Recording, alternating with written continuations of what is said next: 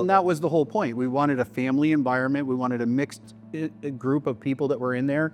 The 3-bedroom, 2-bath brings children to the neighborhood. The kids play together. We kept it open concept. The return was good. The cash flow was good.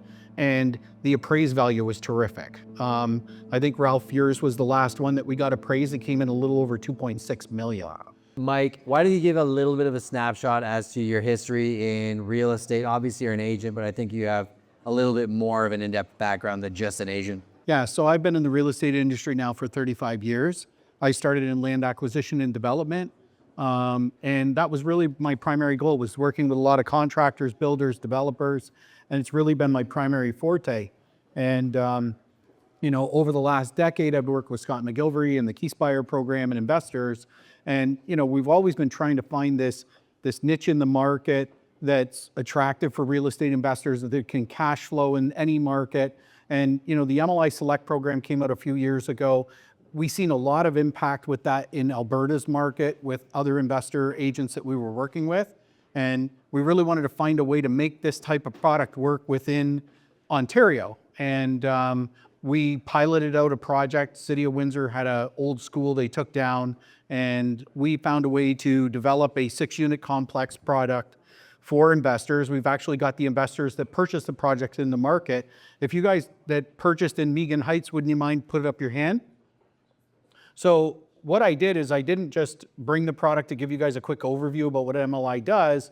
I actually brought the people who brought one and have closed on a product, because this is our mentor team. These are the people that are helping our other investors scale their portfolio, because it's kind of a been there, done that type scenario. And what we've done now with the MLI Select is we've been able to achieve a 95% loan to value with a 5% down purchase price, and with a 50-year amortization, which on average is generated somewhere between a 10 to 12% cash on cash return for the initial investment that an investor's gone into. So what I'm going to do is just kind of speed us through. I know we're short on time, so I'm going to speed us through some of the case study of what we've already done, and then show you what we've got coming down the line in the next 12 to 24 months. So this was just some general demographics about the Windsor-Essex market, just to let people kind of understand. We had a population boom in our market over the last few years, which is great. We've got stable growth. We've got tons of new employment in our area. And it really kind of got us to the ability where we had all these tenants that were looking for a place, and there was a void within the market.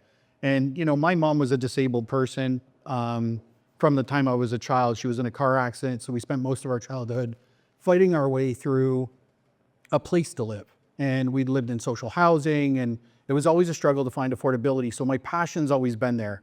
My mom later on became the head of the Housing Advisory Committee for the City of Windsor.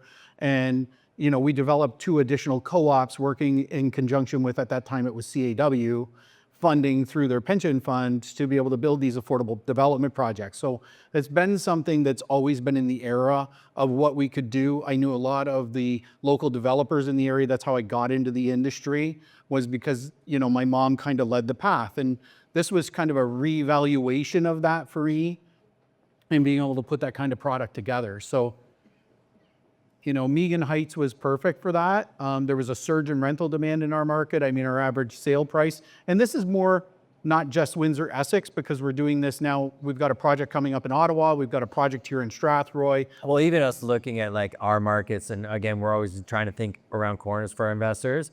When I started showing him vacancy rates, rental rates, they're actually more similar across Southwestern Ontario than he expected when we started this, right? Absolutely. But I think the feel-good part about it, and this was the pay it forward, was 1 in every 6 units that we build and develop in our projects is an affordable housing unit. So, we build a 6-unit complex like we did in Megan Heights, where we've got slower market rents than average for a 3-bedroom, 2-bath unit. And then we've got these senior developed units as garden suites that we were able to help people at $850 a month. So we filled a space that no one else was trying. One, we didn't cater to more 2-bedrooms in the market, more 1-bedrooms in the market. We catered to a senior class, and we catered to a family. I call our 3-bedroom, 2-bath units home ownership on training wheels. These are young families. They're having kids. They're going to scale. They're going to save. And we need to keep that rent at a level that they can still save for a down payment and eventually become a homeowner. Yeah, so this is Megan Heights. I actually went down to see it. I've been talking to him about this project for 3 years. We drove down, took a road trip to go check it out, walk through these units, and it was very nice to see because it actually creates the density that people are looking for, that the city's saying that they want. And it was pretty interesting to see the dynamics of the families, the kids coming home from school. We'd see the garden suites in the back, and the lady in the back had her own self-contained unit. Would keep an eye on the people in front. Like, it actually felt like a community. Do you want to break it down a little? And that was the whole point. We wanted a family environment. We wanted a mixed group of people that were in there. The 3-bedroom, 2-bath brings children to the neighborhood. The kids play together. We kept it open concept. You know, you can see the ADUs is a little bit at scale. It's kind of shocking when people look at it at scale. Those are the ADUs, right? Those basically, you're looking at the 2 units on the front, up and down, and then there's an accessory dwelling unit at the back, like a complete carriage house. Yeah. And you can see carriage house, carriage house, carriage house, and then they flipped it and did the same thing on the back. Yeah, and what we did was we put 2 properties side by side together, consolidated them for the MLI Select program through CMHC, and we're able to achieve this as the finished product of what we built for the area. So I wanted to put a few pictures in here, and then I'm going to go through the numbers really, really quick. So what was really nice about this was it was something that you didn't need. It wasn't like Wait. Sorry, this is the garden suite, right? So this is the actual unit. Yeah. I remember we were standing. Yeah. So very nicely done. Yeah, so I mean, these were $2,068,000 for a purchase price. Capital required for this was under $300,000. Okay, the projected monthly cash flow was around $1,800. Some were a little bit better than others, depending on where the interest rate fell at the time of closing. Average interest rate that we put in for a kind of a stabilization was 4.5%. Some were 3.89, some were 4.25, which just generated more or less cash flow inside the mix. But the 5% down, and more importantly, the 75% return on investment. So you're putting out, say, $260,000 to get the deal to close. You're getting $50,000 back in HST rebate money on a product like this, and you'll see something even more exciting in our next project. But what was really nice is the return was good, the cash flow was good, and the appraised value was terrific. I think Ralph, yours was the last one that we got appraised. It came in a little over 2.6 million. So not even putting in the fact that he gained $500,000 in equity, it was cash flowing and giving him the returns that we got today. And why we think this is an interesting solution to the housing market is on the new construction standpoint, it's really hard to track absorption, right? You might build the models, start working on another one, list that model, sell it, and you're chugging away at 2 or 3 at a time. This was an interesting way of going and tackling 12, 24 lots, I think, in that area. We did 84 units in total in the project in less than 12 months. And the banks, again, being in the risk business, they wanted to see it proven, not a pie-in-the-sky idea. They want to say, is the absorption there from a rental standpoint? Are you providing good quality housing to people that wouldn't be able to afford it otherwise? And what's the overall impact to the community? Similar to Max, I think, too, going from this project to the other projects, you're shifting and adapting. I think you'll see that in the slide deck of some different products that we're actually... You know, our next project, this is something that we fully committed. This is a downtown City of Windsor opportunity. Actually, the developer, Chris, is here tonight. This was a 48-unit complex that we're putting in the downtown core. It was an old parking lot. And we worked out an opportunity to build this into 12-unit buildings, 4 buildings, subdivided into 6-unit complexes so that we could give investors a chance to buy. What was really nice is this is right around the same time that the changes happened with the rebate program. So now if you're buying something 4 units or better, if you're purchasing it with the HST is actually rebatable up to the full 13%. So what's nice about this, and it's shocking, is that we're going in at a $2.1 million purchase price. We've got about $250,000 we need to give to the builder. I tell people to have around 300 grand because you've got things like appraisals and lenders fees and stuff that you need to cater. But when it flushes backwards at the closing, you're into this deal for about $220,000. Okay, the HST rebate on this is 241 grand. You made money, $20,000 in revenue after you close when you file your HST rebate. So you've got zero money, which takes that 12% cash on cash return that you're getting based on your equity into an infinity return. And we've got a window right now in Ontario to do this probably until 2030. So our goal with the real estate team is to be able to site select different areas that we can work with developers and acquire and then develop these projects. And this was our second rollout. We just committed. We're hoping to start construction on this project, but you can see it was a 69% return pre-HST rebate. And after the rebate, post-HST rebate, you're looking at 177%. And that's not still, again, including the fact that the appraised value was 500 grand more on top of that. So this reminds me of the first time I saw investors realize about the buy, renovate, rent, refinance model. That's how a lot of people did it previously and started building portfolios to get the infinite return, right? And people did it in the commercial space. Why I thought this was an interesting thing to break down for all of you is I do think, and depending, like this is one of those things where 10 years of knowledge is going into an execution today, similar to self-storage. Like they're identical stories. I almost got to make you guys like debate which is better, self-storage or this. But having information is leverage, right? Now, they're, like he said, they may change the rules tomorrow. Like it's one of those things that we've discussed internally of like, well, how are you keeping tabs on the programs and the lending side of things? And what if they change the rules?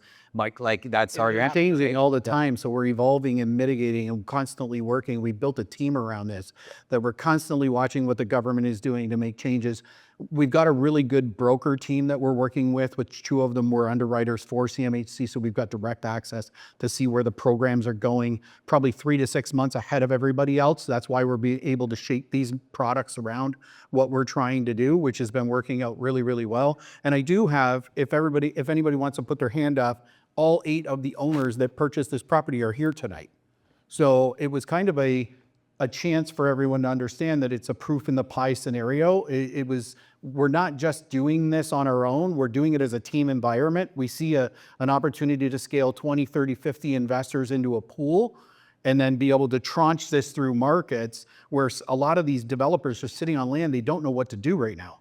They've got projects that are sitting there and they're stale. And we can come in and do these kind of projects and solve 2 problems. 1, we can put product in the market that's more affordable for families to live in. And 2, we can solve the housing crisis with some of the senior people that really, really need it.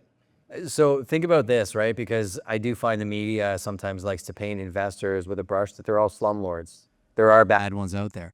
Alan's a great example of one of the best landlords I've ever met. Took one of the most complex buildings, worst buildings, condition-wise, and turned it into the incredible building across from City Hall in St. Thomas with the golf simulator and completely redid all the units and completely changed that corner. To me, this is a nice bridge for, if the government says build houses, Paul, well, you're like, okay, well, who's going to give you the money and are they going to buy it? And they're expecting him to take all the risk. Looking for solutions where, well, okay, if we look at what the demand is, we supply a product that we know is going to be absorbed into the marketplace and create an investor-backed vehicle where all of a sudden you can build knowing that these are going to be pre-bought.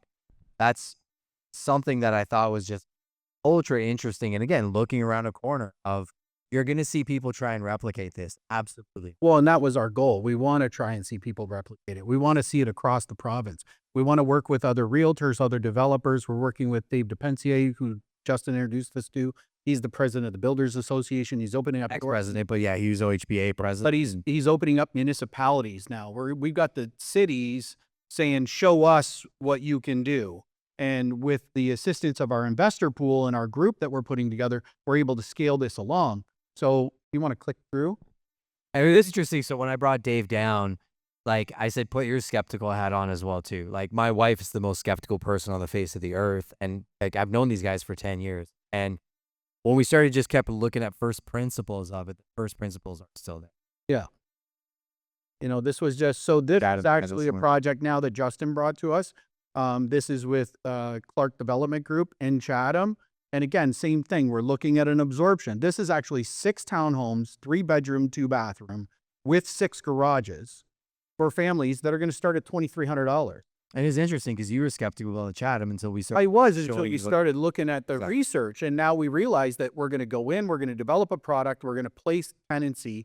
We're going to have 1 unit in there that's great for a starter family that may be making less than $50,000 a year because they're going to get a unit for $800 to $1,000 instead of having to pay 23 or 24.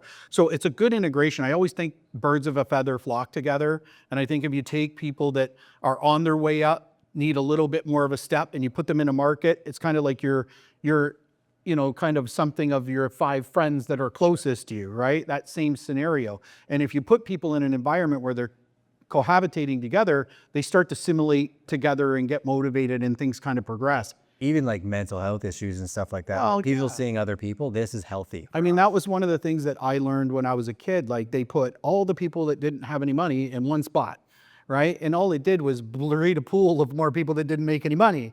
I was fortunate enough to kind of be able to, because my mom developed the projects, we were able to get out of that position and start being around people that were more productive. But I seen lots of people that I grew up with that didn't go anywhere, didn't go forward because they didn't get around people that could teach. Right? Yeah, they learned a system. So this is a project that's now underway. This is going to start construction this year. And then this is our peak project here, which this is our spring project. We're now taking reservations for this project. This is a beautiful complex. This is 408 units inside a condominium development. And what we did was we took 14 12-unit buildings off the edge of the project. So the rest of the project's still condominium. Yeah. It's just a portion of it. Yeah. So the idea was to mix a, soon-to-be homeowner in with established home ownership. Yeah. And these are 6 garages. So they all have a garage. Your smallest unit in here is around 1,000 square feet. So that's a great retirement unit with a garage for a senior. And these are future projects here. This is Jefferson Boulevard, which we're about to get ready to do right now. We're just in the final processing for the civil engineering. We've got another project after that, which is Joe St. Louis. This is a 24-unit development that we're going into. So what we found now is that we're able to do this in multiple markets and provide a machine and an engine for investors. So as a real estate professional, you've got investors that are interested in projects. We're the kind of people that can talk to you and show you not only how to do it in my market, but how to do it in your market, how to do it in the Ottawa market. We're looking, in Port Colborne, I think it is, just outside of Niagara. Is that right? Yeah, and I think as he was talking earlier about absorption rate, like you talk about him being skeptical of Chatham. Imagine I take him to Alvingston. Well, I know a guy who just built a project in Alvingston, and he's got a waiting list of 16 people because we are actually in a housing crisis. And I think what was interesting when Dave actually kicked off and got really excited about this, he started talking to his friends who were the Ministry of Housing, and they're like, well, this is how it actually gets fixed. Yeah. Right? Is you're going to have a gap in the marketplace between the billion-dollar companies that are going to build the giant apartment buildings. But Mike said to me, he's like, bring people down to Windsor. Like, we can walk around this product and actually show them, and it's going to be incredible, I think. Well, and I think that's it, right? There's, we have another project in Bracebridge that one of our investors, family owns, and, that's going to be another one. And they're just coming out of the woodwork where these projects are available, and it's just finding what works in the market. You always say there's an opportunity to make money in any market. You got to find out what's working. Taking advantage of the government programs and working with the MLI Select, and then working with developers to kind of fit the niche. We've got a really scientific breakdown of exactly what is operating. And as long as people stay within the model, we can duplicate this consistently and keep everyone successful. The biggest thing I've seen on the investment side is they've changed the rules dramatically over the last 10 years. Like, people that went all in on Airbnbs and the city just decided, okay, you can't do that anymore. I'm like, what about purchases that I made previously? I can tell you that when we were doing deals with investors, a lot of times you're telling them, don't buy the asset unless you can run it as a conventional rental, right? If you're running this just chasing unicorns, I'm probably not the agent for you. But if you want to run it as an STR and you want to maximize profit and be a part of the community, there's a good way to do that. But I think the opportunity lies in the fact that you're staying on top of all of the changes. Although it would be great if they gave us a 10-year plan saying these are the rules for everybody and we're not going to change them, go and build and do what you need to do. Well, the reality is they just don't do that, right? And I think the nice thing is the current government that's in place, they seem to be keeping the rules because it was them for the last decade that made the ones we have now. So we're probably not going to see much of a change in that. I did see in the announcement the other day, Carney even said for those people who are building affordable housing, you're going to also be able to apply for up to 35% in a tax relief. So, these are other ways that help us incentivize and generate a better ROI for our investor. That, we've got a unit that we've had to give away that may have been a $2,000 market unit or a $3,000 market unit for $800. At least if we can save $1,000 a year in taxes, it kind of helps the cause and it keeps people motivated. And I think ultimately they came up with the idea, they came up with the rebate. They said, build 4 more units, you get a rebate of 13%. This is a better way to get more housing built. They had the idea. They came up with the MLI Select, said you can come into this for as little as 5%, but they didn't know how to package it and put it out to the market so that anybody even understood how it all went together. And fortunately, through trial and error, we've had the ability as a team with all the investors that we're working with to kind of figure out that spot. And we're like, wow, the government did come up with a plan. They just never told anybody how to use it. And we've kind of found that process, and that's why we're out now, is trying to educate people on what we have, and more importantly, giving people the opportunity to get involved today. Yeah. We've got people that are doing small partnerships. We've got investors that are buying as a standalone. We've got people that are buying as an LPGP. What I found that was really neat is our investors that bought Negan Heights are the same people that bought Chatham. Yeah. And Chatham will probably be the same people that will buy Tecumseh Town. And it's a way for investors to be able to scale at volume and be able to return that money over to grow. And more importantly, the feel-good aspect of it for me, like we just had a 77-year-old man, makes $29,000 a year on his pension. And his mom's 94 years old going into a nursing home next week. Jeez. Doesn't know what to do. Sister calls us and says, we're looking for a place for him to live. He's got a limited income, and the only thing in the market was my $1,700 unit. And, I'm like, well, we can do better than that. I said, we have 1 in every 6 units. We've got 1 closing in a few months. We can put him in here for the 1st of June for $850 a month. Wow. I mean, it broke the people down in tears. They couldn't believe that we were able to do it. And we keep those units close to our chest because we want to find the people that we know we can help. You know what I mean? That's where the real benefit to us is. And for our investors, it's a feel good. Like I know Ralph's got a Spitfire lady from Montreal. I think she's 74 years old. She's got her patio set out there. She's drinking her coffee in the morning, but she's our neighborhood watch.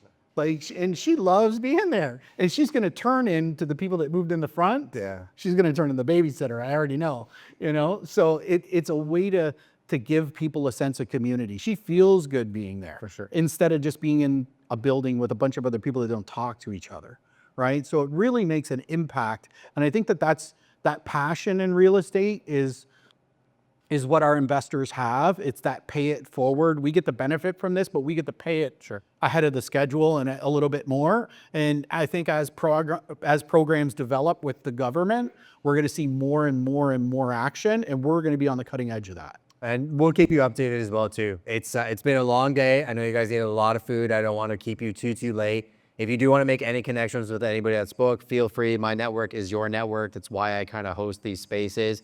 I do want to thank the team for the incredible venue, the compliments I got on the house, your vision. Everything has been top shelf. I told Chef Michael, I normally don't eat before I talk, otherwise I'll black out and it won't be good for anybody watching. So we're gonna eat a whole bunch of cold food, and I bet you it's still amazing because you made it. But what I said earlier is we will keep you updated in everything that we see happening in the marketplace. Yeah. We have the Prime Insiders email list, which is where a lot of you are from as well too. And we try to give you market data and stuff that we're seeing and things that they're changing. Like I said, we're not here to sell you anything. We just liked engaging community, and I think proximity is power. And I thank all of you implicitly for the time that you made for tonight, and the team for setting everything up. Thank you very, very much. Thank you, guys.